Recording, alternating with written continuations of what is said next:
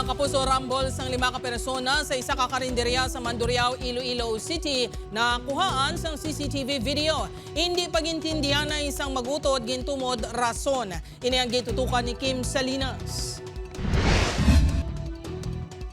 Makitaan sa sininga CCTV video ang pagbaysay sa duwa ka lalaki sa isa ka karinderya sa barangay Buhang Taft North, Mandurriao, Iloilo City. Manog alas 7 kagabi. Matiyon-tiyon, makita niya gulpiyada nagatake ang lalaki na kabayo sang blue kag ginsumbag ang lalaki nga nakaitom. Diri kang nagsugod na ang paglinupad sa mga inumol. Sa diin, naimbulbar na ang lalaki nga naka-yellow, lalaki nga nakaputi kag isa ka babae.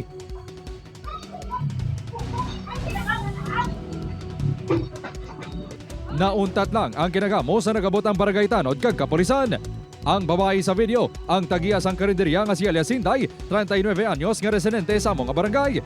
Suno sa iya, humog nga nagkadto ang iya magulang nga lalaki upod sa iya biyan nga amo ang naka-helmet. Una nang hangkat sang away ang iya magulang sa iya live-in partner nga ginkilala kay Alias Nonoy, 52 anyos. Nagbulig sa ila ang bata sang iya live-in partner nga si Alias Rick, 29 anyos. Manugay na kuno sila nga ginaharas ang iya magulang. Kag masami ini nagamaoy kung hindi paghatagan sa kwarta. Permigi man na sa gaharas siya, kada hubog ya.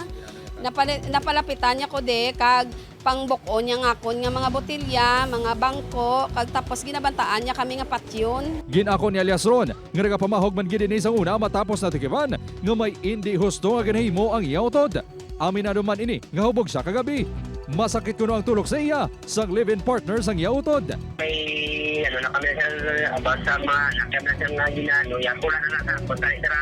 Mao hindi malang nga ibili man tani ang mirror, sila sa sabat daw gay na pata sa. Lunsay nag-angkon sa minor nga kasamaran na magtimbang nga bahin bangod sa insidente.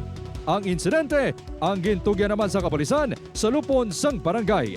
If may other party na gusto i-elevate ang problem sa korte, ang aton niya kapitan ang nag-issue sang certificate to file action para nga igamiton niya as attachment sa aton diri sa may police station.